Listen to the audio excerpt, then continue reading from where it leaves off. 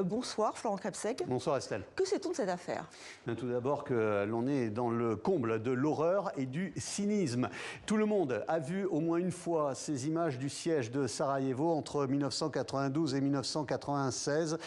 Ces gens qui fuient en courant, obligés de courir pour échapper aux balles des snipers de l'armée de la République serbe de Bosnie. Durant ces 4 années, plus de 11 000 civils ont trouvé la mort à Sarajevo. Une bonne partie à cause de ces snipers, ces habitants de Sarajevo risquant leur vie à chaque sortie, pensaient que c'était uniquement les Serbes de Bosnie qui leur tiraient dessus. On apprend aujourd'hui qu'il y avait des étrangers qui effectivement avaient payé des sommes conséquentes pour venir à Sarajevo et leur tirer dessus comme un loisir ou une sorte de partie de chasse. C'est pour cela ils auraient déboursé chacun l'équivalent de 100 000 € par jour. Est-ce qu'on sait qui sont ces étrangers?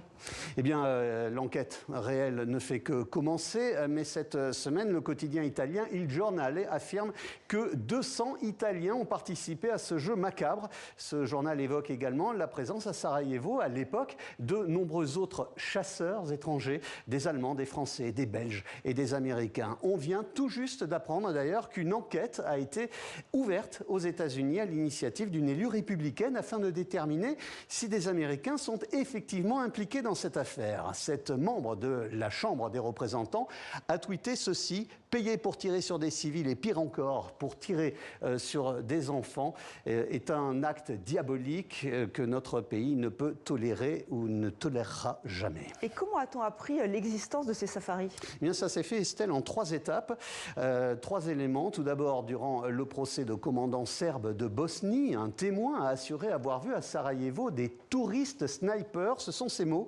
venus pour tirer sur des femmes, des enfants et des hommes. Puis il y a eu l'enquête d'un homme, un écrivain italien, Enzo Gavanezzi. C'est lui qui a déposé la plainte au parquet de Milan. Son enquête avait été relancée en 2022 grâce à un documentaire, Sarajevo Safari, qui raconte dans le détail ses voyages pour ses riches clients avec des images effroyables que nous avons décidé de flouter et des témoignages absolument terrifiants qui évoquent les détails de l'organisation, les prix pratiqués et les horreurs commises pour le plaisir de ces quelques chasseurs.